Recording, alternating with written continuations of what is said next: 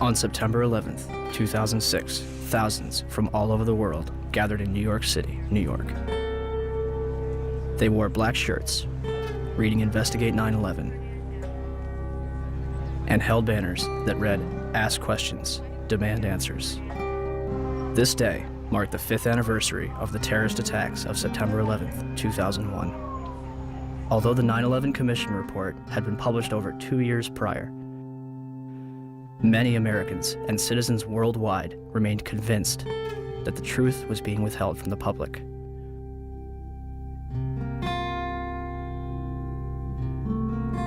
Why?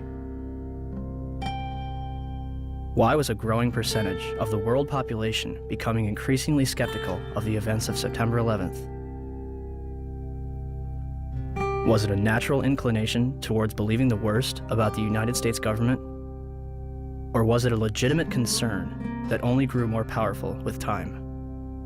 The 9/11 Truth Movement includes academics, engineers, physicists, firefighters, intelligence officials, and some of the very people whose lives have been shattered since September 11th. Were they all delirious? You should not be here. No, you've got it all wrong. We're honoring the fallen heroes from 9/11. As are we. No, you're not. No, you are not. I feel so uncomfortable. I'm sorry. That next year, I'm not coming here.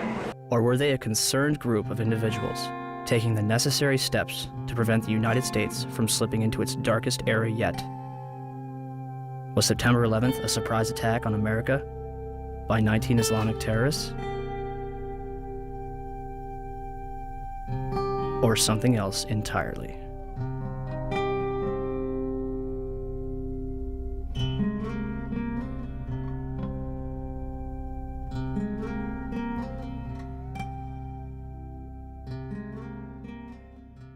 George Bush has spent an uncomfortable day with his people trying to explain away why he failed to pass on warnings the White House had received before September the 11th that terrorists were planning to hijack American aircraft. What happened that day has cast a shadow over just about every area of American life. Now one of the country's best-known journalists has said that the American response to the so-called war on terrorism has created a climate of effective censorship in a land claiming to be the home of free speech. There's never been an American war, small or large, in which access has been so limited as this one. The belief runs so strong in both the political and military leadership that those who control the images will control public opinion. Does it suggest that there was somebody on the inside? He kind of compared it to the Godfather story, you know, where the gun was placed in the men's room. There is also a possibility this could be some kind of inside job. May it have been an inside job? Might these people have gotten help from the inside? I was speculating about that along with others early this morning, but now there's a lot more evidence that suggests it's almost certainly the case. It's an obscene comparison. I'm not sure I like it, but you know, there was a time in South Africa that people would put flaming tires around people's necks if they dissented. The fear is that you'll be necklaced here. You'll have a flaming tire of lack of patriotism put around your neck. Now, it's that fear that keeps journalists from asking the toughest of the tough questions and to continue to bore in on the tough questions so often. People let us stay out of our business. A country that hides something is a country that is afraid of getting caught. And in particular, this Bush administration, who is as tight with Saudi Arabia as you can get. I know the right question, but you know what? This is not exactly the right time to ask it. The president's father used to stay with the bin Laden family when he would go to Saudi Arabia. It starts with a feeling of patriotism within oneself. In the past, though, the FBI has sometimes made problems worse by ignoring or denying them. FBI management intentionally and repeatedly thwarted and obstructed my attempts to launch a more comprehensive investigation to identify and to neutralize terrorists. They realize what an entertainment-oriented society ours has become. To the families and victims, of September 11th. On behalf of John Vincent, Barry Carmody, and myself, we're sorry. And, I want to say quietly, but as forcefully as I can, that I hope this doesn't go any further. It's gone too far already. I am appalled by it.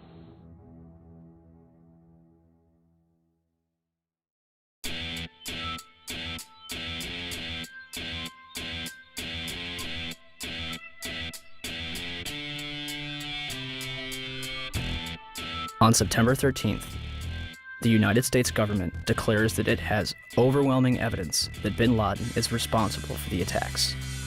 The Taliban offers to hand over Osama bin Laden if the United States can provide evidence.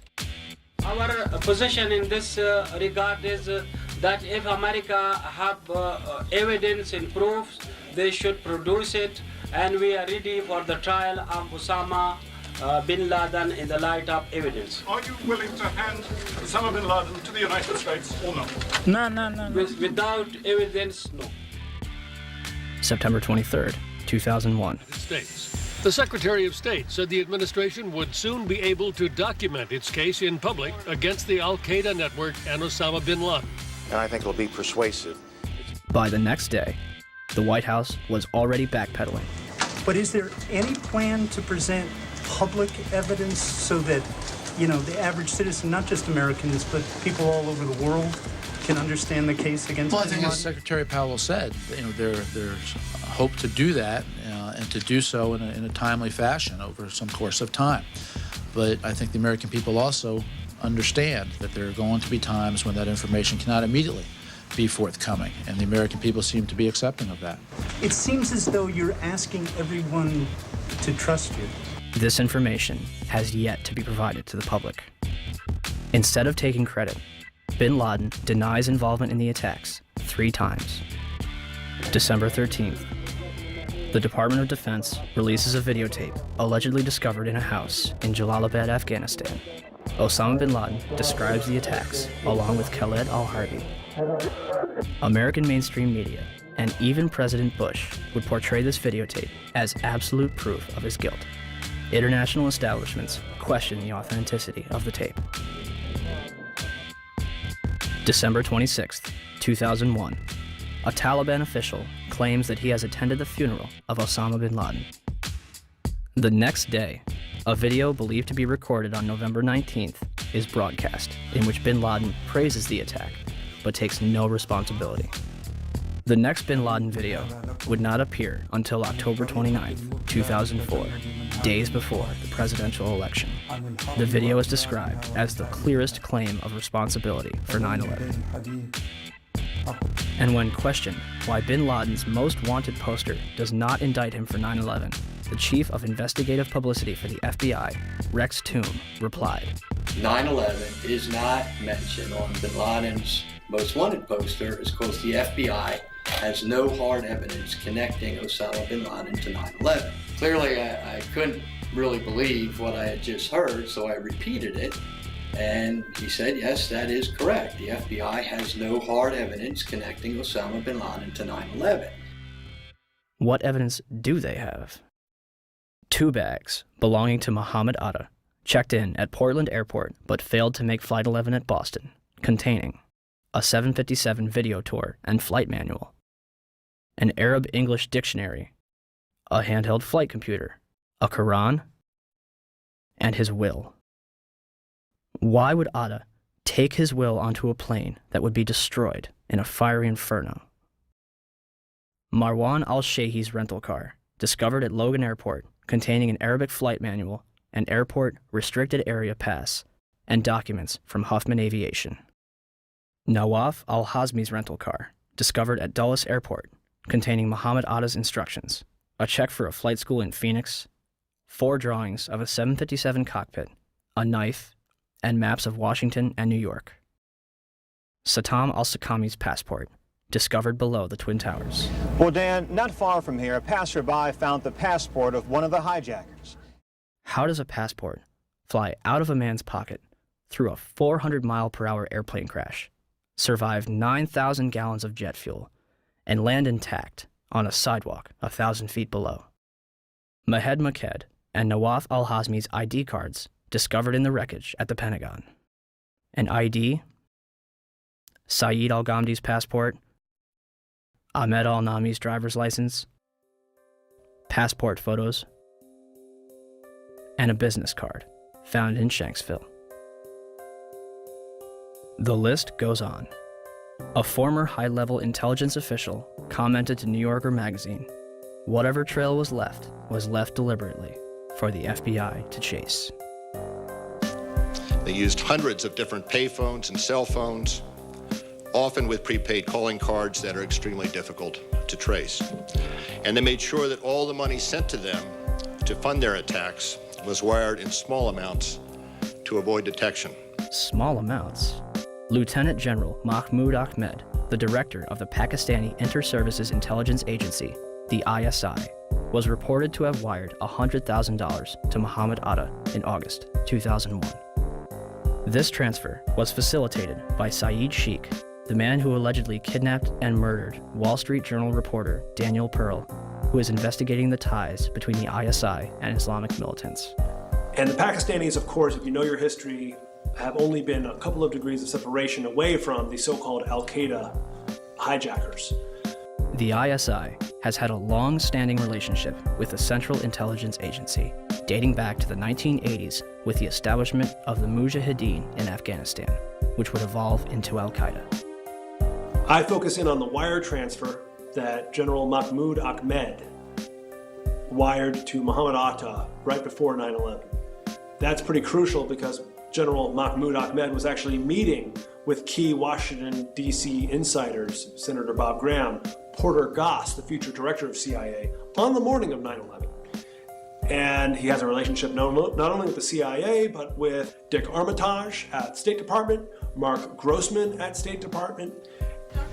Yes. Are you aware of the reports at the time that ISI chief was in Washington on September 11 and on September 10, $100,000 was wired from Pakistan to these groups here in this area? And why he was here? Was meeting with you or anybody in the administration? I have not seen that report, and he was certainly not meeting with me. Yes? In the White House transcript of this exchange, which is delivered to the press, the information about the ISI is censored. Bob Graham and Porter Goss will later co-head a joint inquiry which publicly claims that the Bush administration received absolutely no intelligence that could have prevented the attacks. The meeting begins at 8 a.m. over breakfast at the Capitol building and lasts through Flight 175's impact with the South Tower. During his visit, which began on September 4th, Ahmed would also meet with the present CIA director, George Tenet. A month later, after reports of the transfer between himself and Atta, Mahmoud Ahmed retires from the ISI. The 9/11 Commission report will later conclude that they saw no evidence that any foreign government or foreign government official supplied any funding. The Commission decided not only to omit the information, but to deny it entirely. On page 172 of your report, the 911 report, you state, quote, "The U.S. government has not been able to determine the origin of the money used in the 911 attacks. Ultimately, the question is of little practical significance," end quote. How can you state that the question of who bankrolled the deaths of 3,000 American people on September 11th is, quote, of little practical significance? Because it costs so little money. That's the awful thing about it. It costs less than $500,000. That's why it was so hard to trace. We were able to find pieces of the $500,000, but it came in very small pieces. And you said earlier $500,000 to do the 9/11 operation. Well, we know that $100,000 was wired to Muhammad Atta directly from the head of Pakistani ISI. Well, I'm not aware of $100,000. The Pakistan, I think, is the most dangerous country in the world. Why was there such a vested interest in covering up the transaction between the ISI and Muhammad Atta?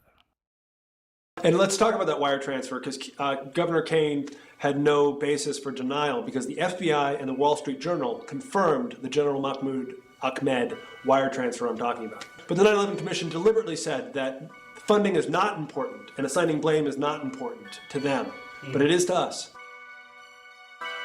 As if their funding was not suspicious enough, a number of hijackers reportedly trained at U.S. military bases. As hard as this is to believe that 2 of the alleged terrorists involved in what happened on Tuesday may have attended schools run by the U.S. military. Now, this is according to a senior defense official. Ahmed al-Nami, Ahmed al-Ghamdi, and Saeed al-Ghamdi listed their address on both driver's licenses and car registrations as the Naval Air Station in Pensacola, Florida. Muhammad Atta reportedly graduated from the U.S. International Office School at Maxwell Air Force Base in Alabama. In response to a Freedom of Information Act, Captain Jason Taylor confirmed that a Muhammad Atta trained there between 1998 and 1999, but did not verify if it was the same person. Abdulaziz Al-Amari attended Brooks Air Force Base in San Antonio, Texas. Saeed al-Ghamdi and others attended the Defense Language Institute in Monterey, California, as confirmed by Lieutenant Colonel Steve Butler, Vice Chancellor for Student Affairs. American media ceases investigation when the Air Force says, "We are probably not talking about the same people." 2 of the hijackers, Nawaf al-Hazmi and Khalid al-Madar, rented an apartment from and lived with an FBI informant. Curiously, a number of them were reported to still be alive after the attack. Finally, we were led to believe that the alleged hijackers were fundamentalist Muslims spending their final days preparing for paradise. Yet, in the week before the attacks, a number of them would drink, visit strip clubs, and solicit prostitutes. By all accounts, Atta and his cousin kept to themselves, except for last Thursday at this bar in Hollywood, Florida.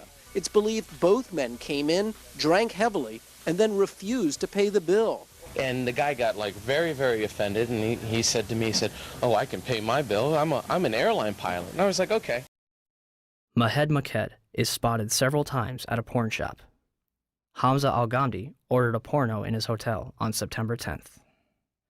The mayor of Paterson, New Jersey, states that they are spotted more at go-go clubs than at mosques. Regardless of their actions, some of the hijackers' presence was known as early as 2000. What did we know? When did we know it? That's what some congressmen are asking now, and asking quite loudly. Did we know the year before 9/11 that one of the hijackers was a terrorist threat? Army Lieutenant Colonel Anthony Schaefer has gone public with his charge that Able Danger, a military intelligence project he worked with in 2000, identified Muhammad Atta, even pulled up his picture along with 3 other 9/11 hijackers as possible al-Qaeda members. We found the identities of 4 of the 9/11 hijackers prior to 9/11. But he says beginning in September 2000, 3 meetings he set up with the FBI were each canceled by military lawyers. Schaefer also says he remembers telling then 9/11 Commission staff at a meeting in Afghanistan about Atta and what the intelligence unit found back in 2000.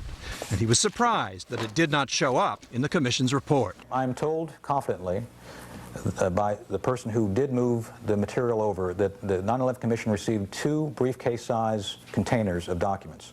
I can tell you for a fact that would not be 1/20th of the information that Able Danger consisted of during the time we spent. A 9/11 Commission spokesman said nothing they got from the Pentagon in early 2004 backed up Schaefer's claim, quote, "None of the documents turned over to the Commission mentioned Muhammad Atta or any of the other future hijackers." Where is it? Where's the beef? Where's the substance? Where is this mysterious chart that purportedly says that Atta was connected in some real way to these other hijackers? We'd love to see it. The company responsible for the chart, Orion Scientific Systems, would claim that only 2 charts were produced and that Atta was not present on either one.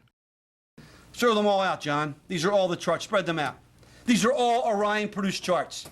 These charts were all done by the data mining efforts. So the Orion Corporation lied to the Senate Judiciary Committee staff. All data mining efforts, and yet the company said to the Senate Judiciary staff, "We don't have any of those charts. They're not ours." Well, here they are. and their logos are on each one of them. Well, Mr. Chairman, at least 2 of the 5 people that were going to appear today were threatened with removal of their security clearances if they continue to talk about this. This is going Are you back. at liberty to identify who those 2 are? I will to you. I'd rather do it privately since the Defense Department has chosen not to allow anyone to testify, but I will provide that information to the committee. For the life of me, I don't understand why, as I understand it, I stand corrected if I'm wrong, but I understand the witnesses we assumed we were going to get to hear from the Defense Department have been pulled. They may be or may not be in the room, but have been instructed that they cannot testify. I think that's a big mistake. This is actually a chart of Al-Qaeda and the various cells around the world. Much of this data, most of it was obtained prior to 9/11 by the work of Able Danger.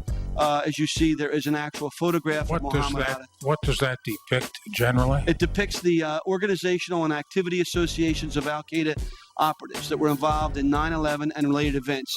And at the time, if the commission had looked into this in early 2004, the charts that had Muhammad Atta on it still existed. There was a chart in Mr. Smith's office. There was the chart that still should have been in the Defense Intelligence Agency because it wasn't destroyed within Lieutenant Colonel Schaefer's files until the spring of 2004. The same with the chart that Mr. Smith had.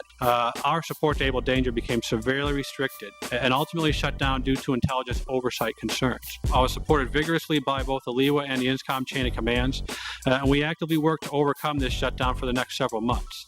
In the midst of this shutdown, I, along with one of my analysts, Chief Warrant Officer 3 Terry Stevens, were forced to destroy all data, charts, and other analytical products that we had not already passed on to SOCOM related to Able Danger. Another former DoD official will testify today that he was ordered to destroy up to 2.5 terabytes of data.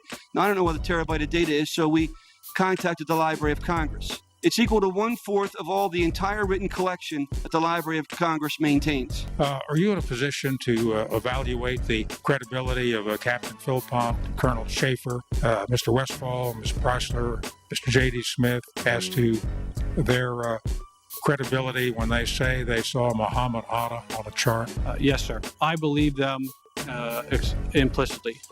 Lieutenant Colonel Tony Schaefer, who was the first member of Able Danger to go public, has now been told in writing by the Defense Intelligence Agency that he can't speak to members of Congress or their staff without prior approval. And now a security clearance, which allowed him to deal with classified information, has been pulled. The congressman says Schaefer has been gagged, punished for speaking up.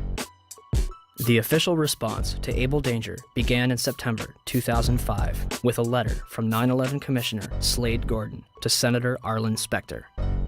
Gordon concludes by saying that since Condoleezza Rice, President Bush, and the White House denied that Able Danger identified the 9/11 hijackers, it never happened. A 6-month investigation by the Senate Intelligence Committee concluded in December 2006 that Able Danger did not identify Muhammad Atta or any other 9/11 hijacker. Can we be certain that the hijackers were radical Muslims on a suicide mission? Or is there a possibility that they were trained, funded, and protected in our own country? Major Deskin? Yes, ma'am, Sergeant Rorta. Yes. I'm just letting you know for information we're having an exercise, SF exercise. We're having a comm out. Okay. Guys. Happy, thanks. All right, thank you. Between September 2000 and June 2001, the Federal Aviation Administration, FAA, would scramble fighter jets to intercept errant aircraft 67 times. Interceptions are routine and usually occur within 10 minutes of a sign of trouble, such as permanently losing radio contact and transponder signal or flying off course. On the morning of September 11th, according to official accounts, 4 commercial airliners would be off course and out of communication, and not one of them would be intercepted. How is it that on 4 separate occasions on one day that $1 trillion military and intelligence infrastructure could fail? Never did in anybody's thought process about how to protect America did we ever think that the evildoers would fly not 1, but 4 commercial aircraft into precious U.S. targets. Never. I don't think anybody could have predicted that these people would take an airplane and slam it into the World Trade Center, take another one and slam it into the Pentagon. Nobody in our government, at least, and I don't think the prior government that could envision flying airplanes into buildings on such a massive scale. But that turns out not to be true. U.S. military planners did envision and practice those very scenarios. As reported by USA Today, the North American Aerospace Defense Command, NORAD, conducted exercises with fighter jets, simulating hijacked planes flown into the World Trade Center in the 2 years before the attacks. Pentagon planners also envisioned the attack on the Pentagon 5 months before it happened. According to this April 2001 Pentagon email, Air Force officials wanted a war game, having a terrorist group hijack a commercial airline and fly it into the Pentagon. The idea was to check response times to launch fighter jets, but according to the Pentagon email, the plan was ultimately rejected by senior Pentagon officials as too unrealistic. Still to come are big questions about NORAD's response on the day of the attack. Why, despite all the exercises and the planning, Peter, jet fighters were not in place anywhere near New York or Washington. Quite an amazing story. Many thanks, Brian. Brian Ross. One drill, called Amalgam Virgo, was conducted on June 1st and 2nd, 2001, and simulated successful terrorist attacks. Its purpose was to focus on unconventional threats, including an airborne hijacking. One plan would simulate the hijacking of a commercial airliner, which would be crashed into the Capitol. The second part of the exercise, which was planned but not executed before 9/11, involved 2 planes with actual pilots on the flight deck. FBI agents would hijack the planes and divert them to secure locations. And on its cover, Osama bin Laden. In fact, multiple war games were underway on 9/11 itself. The question was, we had 4 war games going on September 11th, and the question that I tried to pose before the secretary had to go to lunch was whether or not the activities of the 4 war games going on September 11th actually impaired our ability to respond to the attacks. The answer to the question is no, did not impair our response. In fact, General Eberhard, who was then the commander of North American Aerospace Defense Command, as he testified in front of the 9/11 Commission, I believe he told them that it enhanced our ability to respond. There were 2 CPXs. There was 1 Department of Justice exercise that didn't have anything to do with the other 3, and there was an actual operation ongoing because there was some Russian bomber activity up near Alaska. So, did the war games ultimately help or hinder our response? September 11th was day 2 of Vigilant Guardian, an exercise staged by the Joint Chiefs and NORAD, which simulated hijacked planes in the northeastern United States. Vigilant Guardian is a branch of Global Guardian, a mass Armageddon exercise being conducted at Offutt Air Force Base in cooperation with NORAD. Originally scheduled to take place in late October, Global Guardian was moved to September. The exercise is reportedly canceled after the second Twin Tower is hit. 3 E-4B Doomsday planes remain airborne. 2 government sources familiar with the incident tell CNN it was a military aircraft and say the details are classified. This comparison of the CNN video and an official Air Force photo suggests the mystery plane is among the military's most sensitive aircraft, an Air Force E-4B. The E-4B is a state-of-the-art flying command post, built and equipped for one reason: to keep the government running no matter what, even in the event of a nuclear war. Ask the Pentagon, and it insists this is not a military aircraft, and there is no mention of it in the official report of the 9/11 Commission. The Pentagon, the Secret Service, and the FAA all say they, at least for public consumption, have no explanation of the giant plane over the president's house, just as the smoke began to rise across the river at the Pentagon. Barksdale Air Force Base also participated in Global Guardian. Instead of returning directly to Washington, D.C., President Bush would fly to both Barksdale and Offutt Air Force Base before returning to the White House. Another drill, Northern Vigilance, moved fighter jets to Canada and Alaska to monitor a fleet of Russian MiGs on a training mission. Northern Vigilance also placed inputs onto military radar screens. Also referred to as phantoms, inputs are simulated errant aircraft, which appear real to those participating in the exercise. We fought many phantoms that day. 3 F-16s from Andrews Air Force Base, located 15 miles from the Pentagon, are flown 180 nautical miles away for a training mission in North Carolina. Fort Belvoir, an Army base 10 miles south of the Pentagon, is preparing for an exercise intended to test security in case of a terrorist attack. Employees in the Office of Emergency Management on the 23rd floor of World Trade Center Building 7 continue preparations for Tripod, a biological attack drill scheduled for September 12th. Finally, the National Reconnaissance Office in Virginia begins a drill at 8:45, conducted by a team from the CIA, in which a plane crashes into their building. Also, a number of war games were being conducted that have yet to be fully disclosed. Ask about the war games that were planned for 9/11. Commissioner Gorelick. Could you please be quiet? We have only a few minutes with General Myers. I'd like to ask a question. General Myers,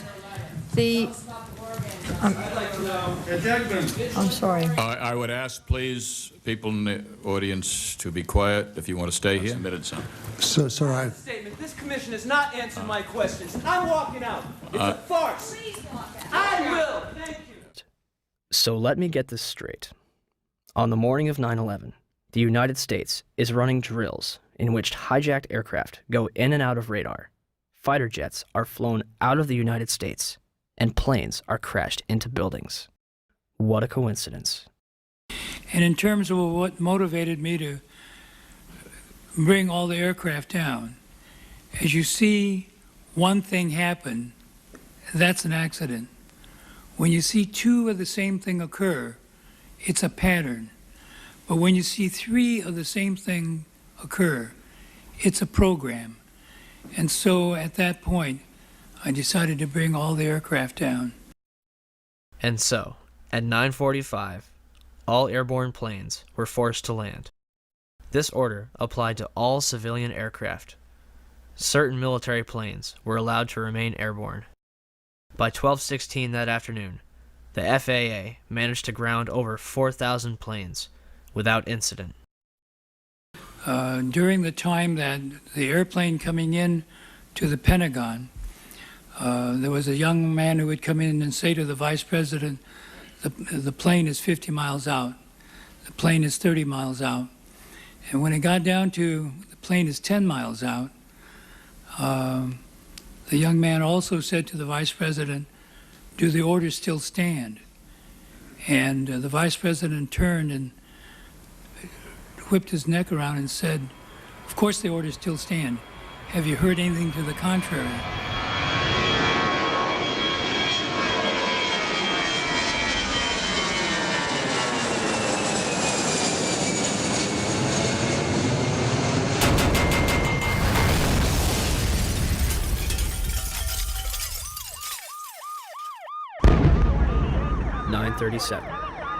Arlington, Virginia.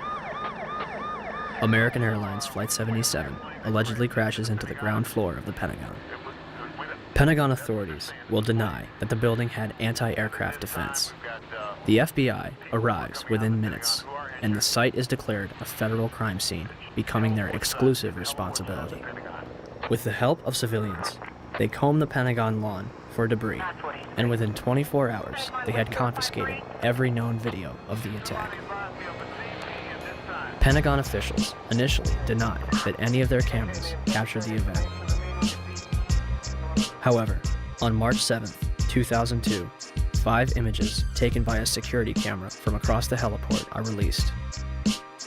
For years, these 5 frames were the only public footage of the Pentagon attack. This would change on October 14, 2004, when Scott Bingham would file a Freedom of Information Act lawsuit requesting videotapes that captured the impact of Flight 77. Special Agent Jacqueline McGuire of the FBI located a CD-ROM that contains copies of 2 time-lapse recordings made by security cameras, released on March 16, 2006. A video taken from a Citgo gas station, which is open only to Pentagon employees, released on September 15, 2006. And the Doubletree Hotel in Arlington, Virginia, released on December 7, 2006. Agent McGuire concluded that the FBI possessed 85 videotapes that might be potentially responsive. As of this date, we have no clear images of what happened at the Pentagon on the morning of 9/11. The official story goes as such. American Airlines Flight 77 was taken over by 5 hijackers, led by Hani Hanjour. Hanjour entered the United States in 1996 to become a professional airline pilot. He would not complete a single course. It's kind of a waste of time. He wouldn't show up for flights on time, didn't do his homework.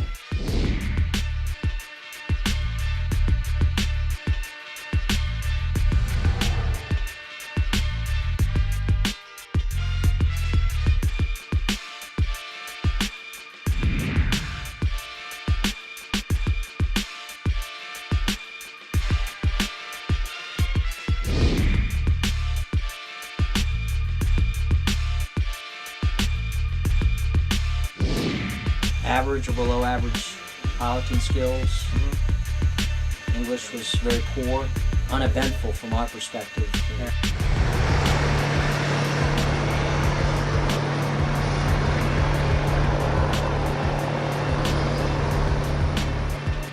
The 9/11 Commission concludes that Hanjour was perhaps the most experienced and highly trained pilot. Flight 93's hijacker, Saeed Al-Ghamdi, was a former Saudi fighter pilot. How could Hanjour be more experienced than him? On the morning of 9/11, Hani Hanjour and his 4 accomplices traveled to Dulles International Airport outside of Washington, D.C. They had spent the weeks beforehand at the Valencia Motel in Laurel, Maryland, 6 miles from the National Security Agency. All 5 will set off metal detectors and be subjected to additional screening, yet all of them proceed to board American Airlines Flight 77, which is described by the Washington Post as unusually light on passengers. Out of 188 seats, 64 would be filled. In fact, all 4 planes involved in 9/11 would be at approximately 30% capacity. The hijackers will board alongside Barbara Olson, the wife of Solicitor General Ted Olson, and a number of employees from Boeing, Raytheon, the Department of Defense, Lockheed Martin, American Airlines, the Navy, Army, and other government agencies. The pilots were Officer David Charlebois and Captain Charles Burlingame. Charles Frank Burlingame III, an aeronautical engineer and a graduate of both the Naval Academy and Top Gun Fighter Pilot School, flew F-4 fighter jets and developed anti-terrorism strategies at the Pentagon before retiring in 1989 to take a job at American Airlines. He would remain active in the reserves and anti-terrorism exercises until 1996. His Boeing 757 would be crashed into the very section of the Pentagon he used to work in. The hijackers would have only moments to subdue both Charlebois and Burlingame, remove them from the cockpit, and retain control of the airplane. Yet, the plane is hijacked without incident at 8:51 and makes an unauthorized turn to the south 3 minutes later. No mayday, no hijack code, no sign of struggle. Flight 77 will fly all the way back from the Kentucky-Ohio border, coasting for another 43 minutes against its flight path before crashing into the Pentagon without any military interception. Had Hani Hanjour wanted to inflict maximum damage, all he had to do was continue his trajectory and nose down into the roof of the Pentagon. Instead, he begins a complicated 330-degree turn, dropping 7,000 feet and exposing himself for an additional 3 minutes while executing a maneuver described by experienced pilots as nearly impossible, requiring professional expertise. In essence, an amateur pilot considered a waste of resources by instructors who was unable to control a small Cessna in August 2001, executed this nearly impossible maneuver in a 757 with skilled precision a month later. Todd Lewis is working radar at Dulles Airport. One of my colleagues saw a target moving from the northwest to the southeast. And it was just a countdown, 10 miles west. And she notified the supervisor. 9 miles west. But nobody knew that was a commercial flight at the time. Nobody knew that was American 77. What did you think? It was a military flight of some kind? I thought it was a military flight. I thought that Langley had scrambled some fighters and... It was almost a sense of relief. This must be a fighter. Maybe one of them got up there. It was really moving fast. It was moving very fast, like a military aircraft might move at a low altitude. This must be one of our guys, sent in, scrambled to patrol our capital. The 757 will descend over Columbia Pike, flying adjacent to the Sheraton Hotel, Virginia Department of Transportation, Navy Annex, and fly past the Citgo gas station before crossing Washington Boulevard. 5 light poles are knocked out of the ground. One reportedly strikes a Washington, D.C. taxi, driven by Lloyd England.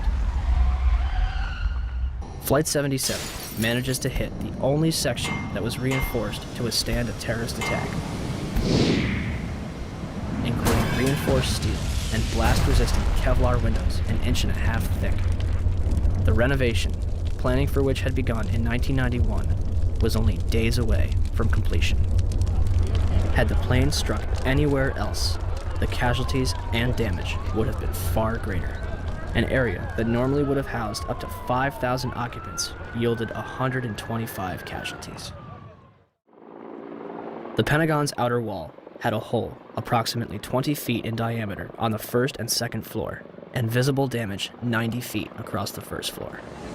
I would say if it was 16 feet diameter, 20 feet tops, that's what would start me so curious. As I was trying to find something, there was no marks on the grass. Something never hit the ground. It didn't hit the heliport. I mean, it was a precision or awfully lucky hit. I mean, I don't know how it didn't bounce. I don't know how it hit directly in the side of the building without touching the ground, going as fast as it obviously was going. But I can't believe the thing is more than a garage door. And again, the classic airplane crash has wreckage. I mean, they found axles from the Ryder truck in Oklahoma City. I can't believe they can't find an engine. Opinions differ at this point. People that believe a 757 hit the Pentagon, and people that don't. Those that believe a 757 did hit are fueled by the damage path,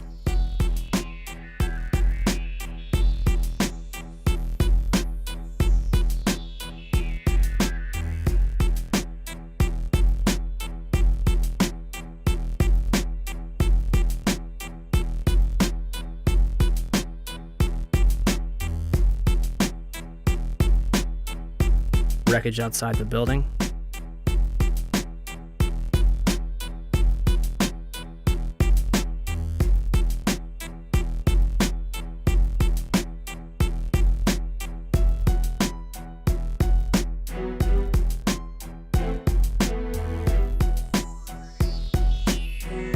and eyewitness testimony. While we were sitting in the office, and all of a sudden we heard some rumbling, something is kind of hitting us. Very imminent things could happen. So we look at each other, and it really, the noise is unbearable. And at the last moment, my brother jumped out the office. I heard about the very weak jet sound. Looks like just up to here. I just look at the outside, big black wings coming that way. And then I just running out, and then 2-3 seconds, boom. We're used to seeing planes. Maybe a 20-passenger corporate jet, no markings on the side. I saw a plane going down big plane, commercial liner type. And I saw this jet coming in, and it was really low, and it was an American Airlines jet. You could read the AA on the side, silver fuselage. This particular plane was awful low, and as we were coming down on a 395, it came across the front of us, and it was low. Coming in at a shallow angle like it was landing right into the side of the Pentagon. It just happened. It was really amazing. Huge explosion. So you actually saw the plane impact the side of the building? Yes, I did. Just one plane? Just one plane. I basically made a turn too early and ended up right in front of the Pentagon on Route 27, which goes just, I didn't even know it was the Pentagon. I mean, I've grown up in this area, but I just am basically never over there. Besides, you can't really tell it's five-sided anyway, so I didn't even know it was a Pentagon, but I was just in traffic. My main focus was that I was late for this service, and we were stuck in totally standstill traffic, just sitting dead still on the highway. And basically, without warning, there was just the sensation of something coming over the top of us. It seems the plane was so low that it hit a light pole that was just on the edge of the highway, on the far side there. Before it came over the highway, it clipped this pole, which I heard ended up being knocked over and hitting a taxi, which was near my car. Okay, my name is Lloyd England. 9/11, I was driving my car on my way home. This airplane flew over top of my car. It was real close.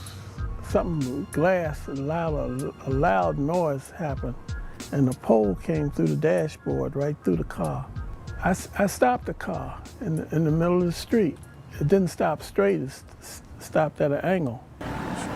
As far as the plane went through, it didn't come back in until I stopped the car and got out. Then I looked for the plane. There was no plane, but it was quiet. If had nobody seemed to have indicated where something happened, I wouldn't have known. And I was there. I mean, I'm there. And the plane, the wing spread would have been from that house, maybe halfway in my house. And the big wing, the big motors underneath of them. And nothing was left out? Those that think a 757 did not hit are fueled by the damage to the building and lack of large structural debris outside, particularly the lack of damage from the wings and vertical stabilizer, and the fact that those objects, as well as the engines, were never fully recovered. Is there anything left of the aircraft at all? First of all, the question about the aircraft, there are some small pieces of aircraft visible from the interior during this firefighting operation that I'm talking about, but not large sections. In other words, there's no fuselage sections and that sort of thing. They said it was a plane, and I didn't see any pieces of any plane, and I couldn't believe that a plane hit the building. There are numerous parts to a 757 that are virtually indestructible. To date, we have not seen a single piece positively identified as Flight 77's. The fact that an exit hole inside the Pentagon is not explained by any official report on the attack. The fact that there was no impact damage on the lawn. And the fact that out of the videos that have been released, none of them clearly show a 757. The outer wall will collapse 20 minutes later, leaving a hole approximately 70 feet wide. What hit the building may be important. However, our focus should be on why it was hit in the first place. The section hit was the headquarters of Naval Operations, Naval Intelligence, and the Navy Command Center. Army personnel were also killed. A number of accountants and budget analysts were also present at the time and killed in the attack. The Arlington County After Action Report states that important budget information was in the damaged area. It's interesting that 24 hours prior, Donald Rumsfeld publicly made this announcement. According to some estimates, we cannot track $2.3 trillion in transactions. According to the 9/11 Commission report, the military was unprepared for the transformation of commercial aircraft into weapons of mass destruction.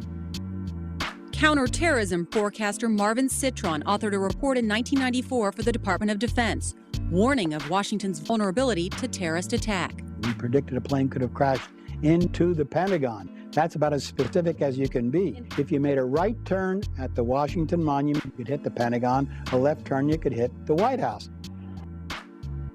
Back on October 24th, 2000, the Pentagon conducted MASSCOW, a mass casualty exercise which simulated the impact of a Boeing 757 into the building. I'm very curious, and as time goes by, it makes you more curious as you have time to dwell on the details and all the information is becoming available. I can't drive my car that well, but I can't imagine somebody just climbing behind the wheel of an airplane and doing what they did and doing it so well. Basically, it was the strangest day I've ever spent in my entire life. It was like in slow motion. I get chills every time I hear the audio. Physically, I swear I get chills every time I watch the video. I can feel the heat. I can smell the fuel, or I can smell the burning. There's been a lot of curiosity, I think, in time, and even for me, who was there. I still have questions of, did I really see what I think I saw? You know, when you're led to believe and you think you believe what you think you saw, I think that you begin to buy into it. But the more you dwell on it and the more the evidence comes forward, the questions get larger and larger and larger. I'd like some conclusion. I mean, I'm sure the families would, and I'm sure the military knows a lot more than we do in the government, but I'm just astounded that they don't share more of the information that's available. If the government was 100% forthcoming and wanted to squelch any doubt as to what happened, why have they controlled the evidence so strongly? Why is there no positive identification of Flight 77? Why, when Vice President Dick Cheney was aware of an incoming aircraft up to 50 miles away, were employees allowed to remain in the building? Had a single alarm gone off inside the Pentagon, 125 people would be alive today, and hundreds more would not be suffering. And when it got down to the plane is 10 miles out, the young man also said to the vice president, "Do the orders still stand?" And the vice president turned and whipped his neck around and said, "Of course the orders still stand. Have you heard anything to the contrary?" Norman Mineta's testimony would be completely unreported by the 9/11 Commission. It would also be censored from the online archives of commission hearings. A spokesperson from the National Archive claimed that it was a technical snafu. The 9/11 Commission will later conclude that Vice President Dick Cheney did not reach the bunker until 9:58. My main concern is that in your testimony, you stated that Vice President Dick Cheney came into the POEC office at 9:20 when you arrived, and he was already there. He was gone in front of Meet the Press, and he said that he was there at 9:38.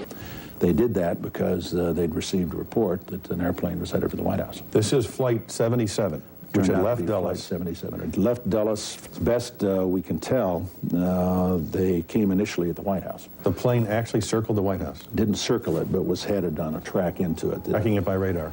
And when it entered the danger zone and looked like it was headed for the White House was when they grabbed me and evacuated me to the basement. The plane obviously didn't hit the White House, turned away and we think flew a circle and came back in and then hit the Pentagon.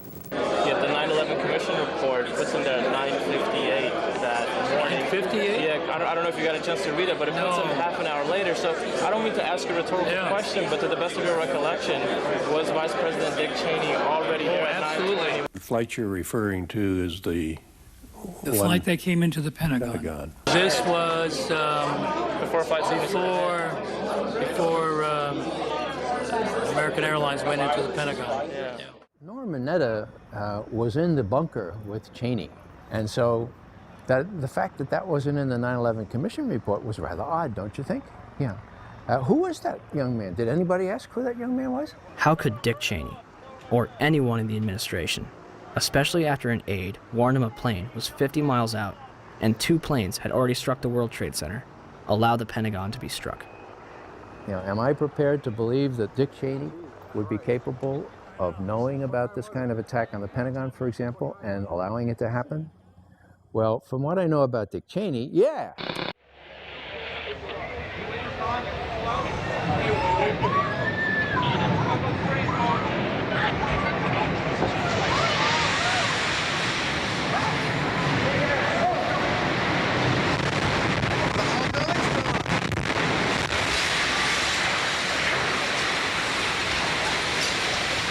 Holy fucking Jesus! 9:59, New York City, New York.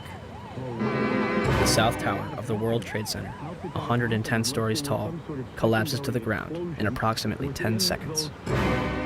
29 minutes later, the North Tower follows suit, also collapsing in approximately 10 seconds. Later that evening, at 5:20, World Trade Center Building 7, 47 stories tall, collapses to the ground in under 7 seconds. The official explanation is that falling debris from the North Tower created a series of fires inside the building. If this is true, it would be the third steel-frame skyscraper in history to completely collapse because of damage and fire. The first two would be the Twin Towers. February 23rd, 1991. One Meridian Plaza, a 38-story skyscraper in Philadelphia, burned for 18 hours across 8 floors. It is later described by officials as the most significant fire of the century. It did not collapse. October 17, 2004. A 56-story skyscraper in Caracas, Venezuela, built in 1976, burned for over 17 hours and spread across 26 floors. It did not collapse. February 13th, 1975. A 3-alarm fire broke out between the 9th and 14th floors of the North Tower. No one died. The building was unoccupied. The fire began in an electrical wiring closet on the 11th floor. There should have been fire stops to prevent it from spreading, but there weren't. The fire spread to 6 other floors. Even without a sprinkling system, fire department officials and building officials here say that there's no chance the World Trade Center could become a type of towering inferno.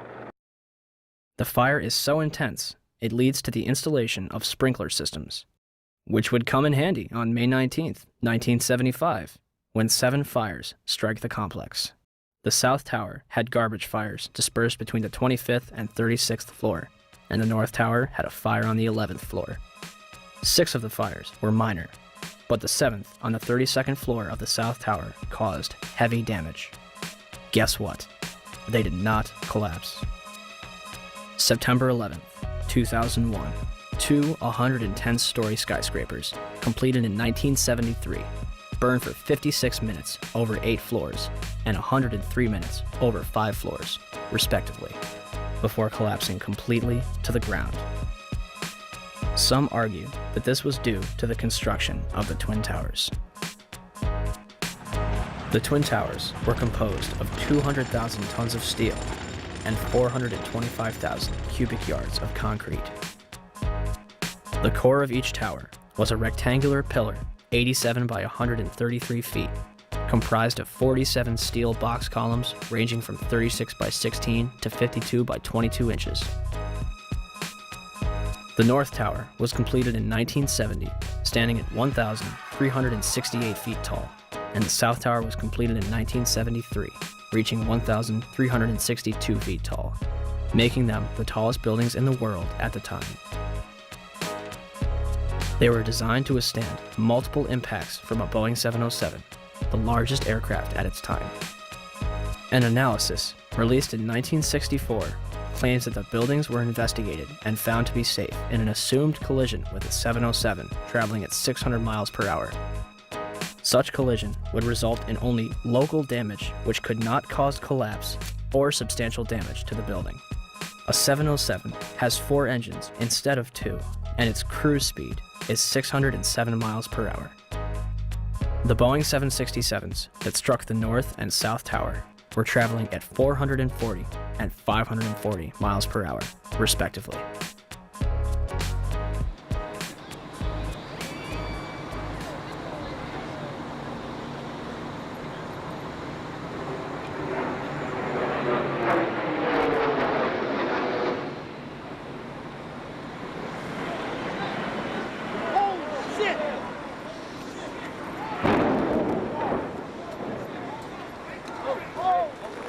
Breaking news on WCBS 880, right here, right now. I believe it if we can get in touch with him. We have a witness who saw what happened at the World Trade Center. This apparently was a commuter plane that smashed into it with such force that the windows of the Pick-a-Bagel smashed with a big bang. Everybody was very frightened. Did you manage to see what kind of plane it was? No, I couldn't tell. It was a smaller plane. It looked like a smaller plane, but I couldn't tell. I'm not really sure. A medium-sized body plane with engines on both sides. Almost like a gray-black color in nature on the plane. I would say it wasn't a huge jet, but it was a plane that sounded like it was a fighter jet overhead. I work right next door at 74 Trinity Place. We heard the first one come in. I didn't know what it was. It sounded like a missile. Oh, my God, Ed, another plane just hit the World Trade Center. Another plane. It was a medium-sized plane. Unbelievable. It would appear, Jim, as if there's more smoke coming from the ground at some point. Well, we used to have another, things have fallen to the ground and are burning. And we have... One gentleman told me he was on the 65th floor standing next to an elevator when the elevator exploded and knocked him out of his shoes. Another woman said that she was working on the 49th floor and she's seen people in the stairwells with burns, broken arms. People are passing out of the stairwells from the heat. She says there's a lot of heat and smoke. It's a horrible scene here. I'm live at Broadway and Fulton. Allison Keyes, WCBS 880 News. All right, thank you, Allison. Well, basically, there's people running around down the street. All the glass panes that are on the bottom part of the World Trade Center are all blown out. When I first heard it and ran over to the window, it looked like there was fire on the bottom floor. Well, they're ahead there. And all of this, the world... Oh, wait. Oh, my God. Oh, my God, the building fell. Are you there? The building just fell. You said it sounded like the 4th of July. You heard a big explosion before the building fell? I saw it as it was happening, and it sounded as if you had 100 of those little black cat firecrackers and you lit them all off at once. That's what it sounded like. It sounded like the finale of the 4th of July over the East River. Oh, my We just witnessed some kind of secondary follow-up explosion. 10 o'clock Eastern Time this morning, just collapsing on itself. We have no idea what caused this. Almost looks like one of those planned implosions. As if a demolition team set off. When you see the old demolitions of these old buildings, it folded down on itself and it is not there anymore. If you wish to bring anybody who's ever watched a building being demolished on purpose knows that if you're going to do this, you have to get at the under infrastructure of a building and bring it down. Right now, police have to determine is whether that explosion was caused from the initial impact of the plane or whether it was something that was exploded on the ground. Generally speaking, for a building to collapse in on itself like that, it would seem to indicate that there could have been an explosion, a bomb planted on the ground that would make the building collapse within itself. By that evening, eyewitnesses and experts alike were rushing to defend the official narrative of events, claiming that raging jet fuel fires melted the steel inside the Twin Towers. I saw this plane come out of nowhere and just ream right into the side of the Twin Tower, exploding through the other side. And then I witnessed both towers collapse, one first and then the second, mostly due to structural failure because the fire was just too intense. When one of those airplanes crashed into one of the towers, it was the equivalent of a 6-point earthquake. Marlene Davis is the Dean of Architecture at the University of Tennessee. She calls the 110-story tall twin tower tube structures. That means there are no internal columns holding it up. You know, when we saw this yesterday, people said, oh my goodness, there was a bomb on there. There must have been a bomb that collapsed. Must have been a bomb below. Right, that finished the job. Well, it turns out we heard from experts who said that, you know what, the fire on those floors, probably 1,500 degrees. Steel can only withstand so much because the steel structure that holds the building up was on the outside, and essentially the building started to melt and it gave way and it toppled. Engineers suspect the temperatures inside the crash areas could have quickly reached well over 1,000 degrees, perhaps approaching 2,000 degrees, beyond the melting point of any steel. They were not designed, perhaps, to take a direct strike from something the size of a 737 or an Airbus, perhaps fully loaded with fuel. Steel will melt. Physics professor and explosives expert Van Romero. Even if there was no secondary explosives in the building, having the airplane hit the building where it did, a large amount of weight above the damaged location, that damaged location being further damaged by the fire, that structure could no longer support the weight above it, and the collapse ensues. Numerous individuals, including some of the architects themselves, would claim that plane crashes were never taken into consideration and that the building was doomed to failure. Hyman Brown was the project engineer on the Twin Towers, the man on the ground in charge of making sure the buildings were built right, the way it was designed. Structural steel is fireproof to last between 1 and 2 hours, which it did, and then steel melts. Each tower was built around a central core. That core kept the building up, supporting the tower's so-called dead weight. But when steel melts, according to Brown, like dominoes, it falls. Brown says the towers were built to withstand 200-mile-an-hour hurricanes, the 100-year storm, the worst nature could dish out. But he says an airplane crash never entered anyone's mind. However, that's not entirely true. Yet the impact of the planes alone did not cause that failure. In fact, tall building designers try to anticipate air accidents. Marc Loiseau is president of a company called Controlled Demolition. When this structure was designed, it was designed, to the best of my understanding, to take the impact of what was then the state-of-the-art airplane being used in our country, the Boeing 707.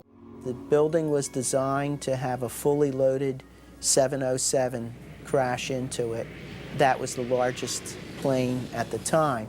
I believe that the building probably could sustain multiple impacts of jetliners because this structure is like the mosquito netting on your screen door, this intense grid, and the jet plane is just a pencil puncturing that screen netting. John Skilling, the World Trade Center's head structural engineer, told the Seattle Times after the 1993 bombing that if a plane struck the building, there would be a horrendous fire, but the building structure would still be there.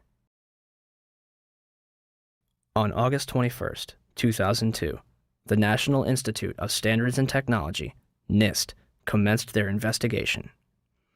NIST is a government agency that reports back to the United States Department of Commerce, headed at that point by Donald Evans and later replaced by Carlos Gutierrez, both Bush cabinet appointees. As part of their investigation, NIST contracted Underwriters Laboratories to recreate floor models from the Twin Towers for the purpose of fire resistance tests. We heard about it in the news. We heard about it right away that the floors didn't collapse. Okay, so they tested these huge models. They're models, but they're huge. I mean, one model was essentially the same size and exactly the same as one of the types of floor sections used. And they tested it according to ASTM E119. They exposed it to much longer fire and higher temperatures than we know were present in the World Trade Center. So right away there was a problem. And that's August of 2004. The final report was released on October 26, 2005, producing over 10,000 pages. It will not explain the actual collapse of the buildings. They only claim to get to collapse initiation and state flatly that it led to global collapse. The report, admittedly, does not actually include the structural behavior of the tower after the conditions for initiation were reached and collapse became inevitable. We were charged with finding out the cause of the collapse, and we found what happened. I think we've scientifically demonstrated what was required to initiate the collapse. Once the collapse initiated, the video evidence is rather clear. It was not stopped by the floors below, so there was no calculation that we did to demonstrate that, what is clear from the good videos. NIST concludes that they found no evidence suggesting that the World Trade Center towers were brought down by controlled demolition. Where would people get an idea like that? 1. Except for material that was blown outwards, the Twin Towers collapsed into their own footprint symmetrically at nearly free-fall speeds. Newton's laws of motion determine how long it takes an object to travel a certain distance in complete freefall.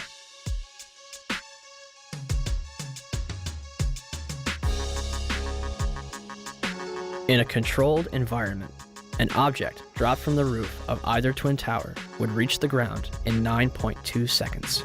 The 9/11 Commission report will state, at 9:58, the South Tower collapsed in 10 seconds. Even NIST says the tops of the buildings came down essentially in free fall. Judge for yourself.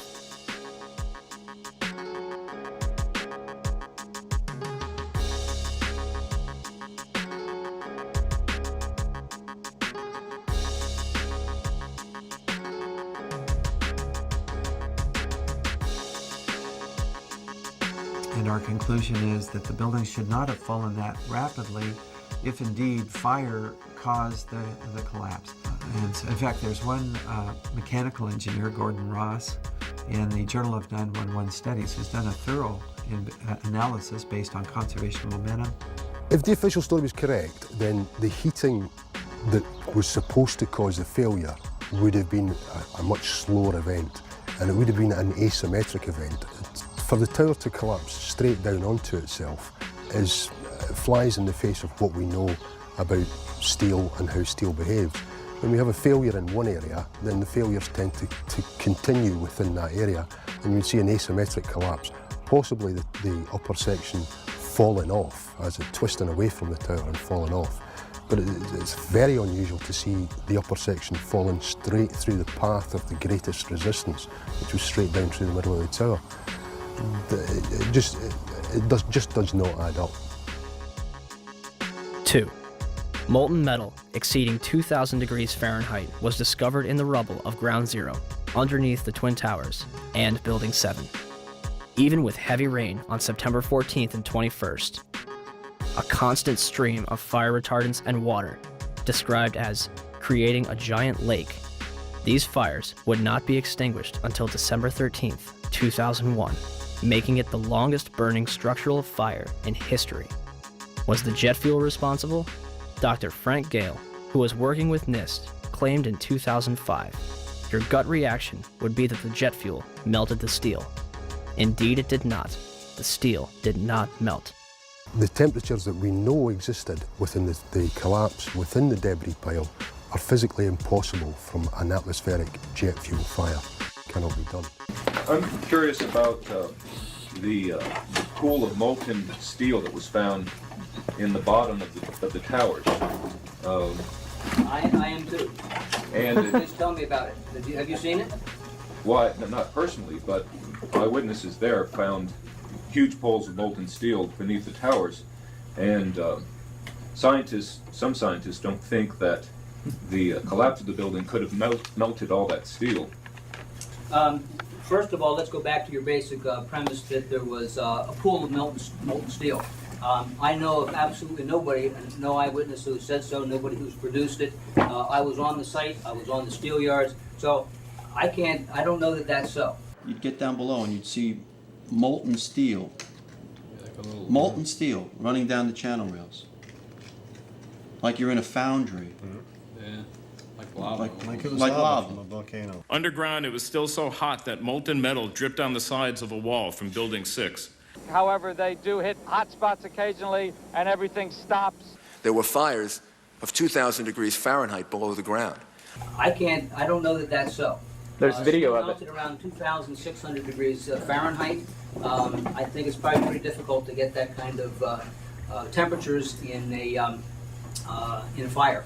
Well, NASA pictures, thermal images showed those sorts of temperatures in the basement. Would you send them to me? Okay. My name is Mark, and I'm the individual who was questioning Dr. Gross, and he asked me to email to him those thermal images. When I approached him after his talk to get his email address for that purpose, he refused to provide it to me. I think this is important because it reveals the attitude of the NIST investigators, which is one of willful ignorance of what really happened on 9/11. As well as the molten metal in the debris, it was also observed prior to the South Tower's collapse.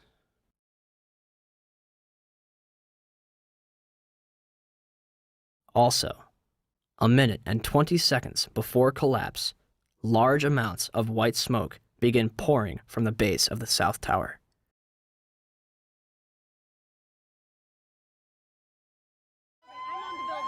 Three, the concrete, and in fact, virtually everything except the metal inside the Twin Towers was pulverized as the building collapsed. This pulverized material created pyroclastic dust clouds that raced down city streets, coating lower Manhattan in a fine dust. Pyroclastic clouds generally occur during two events: volcanic eruptions and controlled demolitions.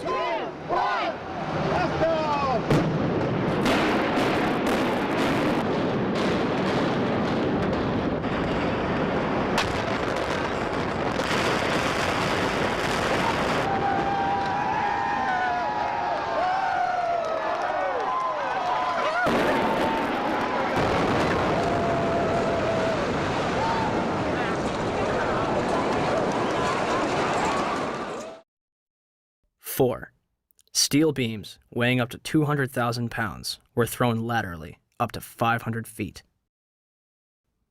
A cross-section from the World Trade Center weighing approximately 300 tons was embedded in the southeastern corner of the American Express building. This piece would have had to travel at least 390 feet, maintaining enough kinetic energy to embed itself in the corner of the building.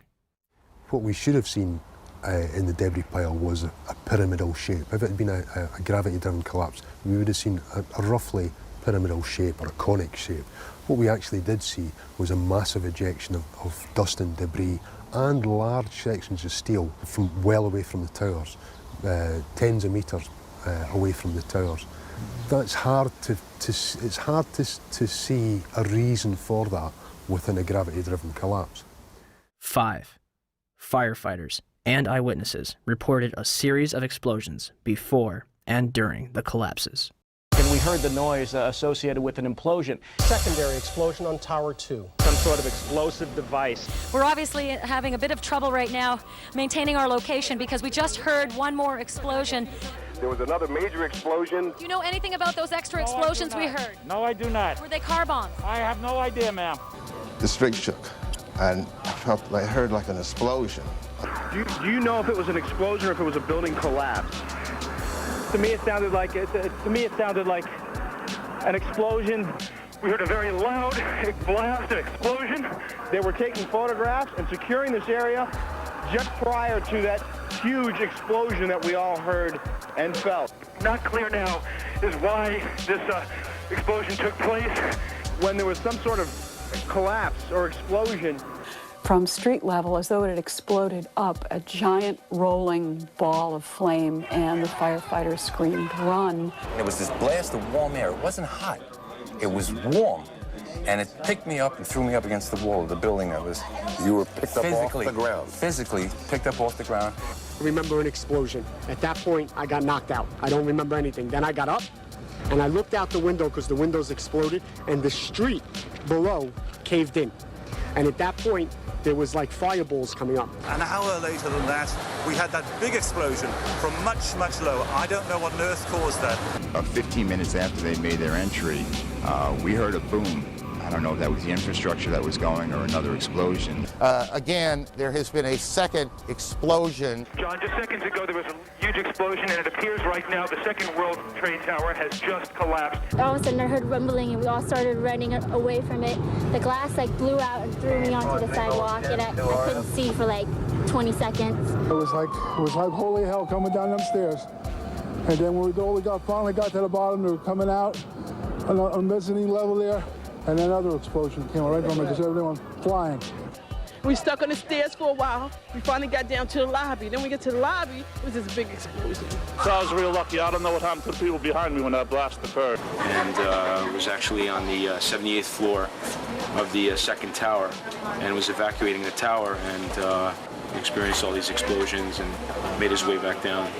We presume because of the initial explosion, there may have been secondary explosions as well that were detonated in the building by these terrorists. There was a secondary explosion, probably a device either planted before or on the aircraft that did not explode until an hour later. I heard a second explosion and another rumble and more smoke and more dust. I ran inside the buildings, the chandeliers shook, and again, black smoke filled the air. Within another 5 minutes, we were covered again with more silt and more dust. And then a fire marshal came in and said we had to leave because if there was a third explosion, this building might not last. Eyewitnesses also reported that explosions had taken place in lower levels of both the North and South Tower. They were having coffee in the World Trade Center when the first plane struck. And all of a sudden it sounded like, I don't know where the subway is, but it sounded like a subway collision, a bomb, and it was just pounding, boom, boom, boom, and I literally thought the subway had exploded. And the ladies that are with me were in the World Trade Center in the first building and escaped through the lobby where they report they believe there was a bomb in the lobby. Just get out of the tunnel in the blue. The subway tunnel? Yeah. Yes, I was right there. I was down in the basement, came down, all of a sudden the elevator blew up, smoke. I dragged the guy out, his skin was hanging off, and I dragged him out, and I helped him out to the ambulance.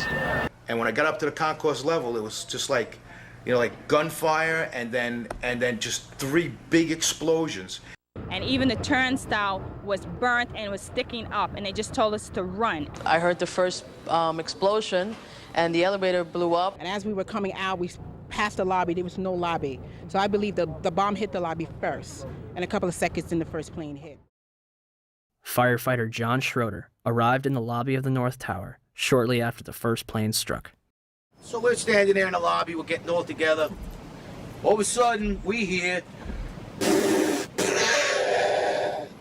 I look down to my right, and the elevators exploded, something out of like a Bruce Willis Die Hard movie. People just come running out of the elevators, on fire, fireballed. I mean, it was like, what is going on here? Something's up here. I mean, the plane's up there, now there's fire down here. People will run around all on fire. This is crazy. So we were heading up to the 24th floor of the stairwell, and all of a sudden we heard, Mayday, Mayday, second plane, second plane. Swift, we're looking at each other like, come on, second plane? There's no way there's a second plane. Within seconds, our building got rocked. We got bounced around in the stairwell like pinballs, man. And we just said, you know what? Time to go. We got down to the lobby, and everything was blown out, exploded. Everything was... And we were the only ones in the lobby now. We're going, wait a second here. Where is everybody? Because the building was coming down the outside. They moved the command post to World Trade Center, too. So now we're like, we didn't get no, where is everybody? We were in the lobby. It looks like everything was exploded. Everything was gone. We're like, what is going on here? We didn't know. We were like, this is crazy. But for every window in the lobby to be exploded, I mean, them windows were like as thick as forget it. They were 2-3-inch glasses. Come on. They exploded out of the lobby.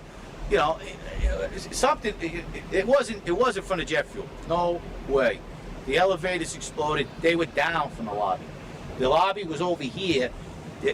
That should never have happened. Something would happen there, and that wasn't. We came down. It looked like a bomb went off in the lobby. There was no fire. It just looked like a bomb went off. So, how was the largest and most puzzling architectural failure in history treated?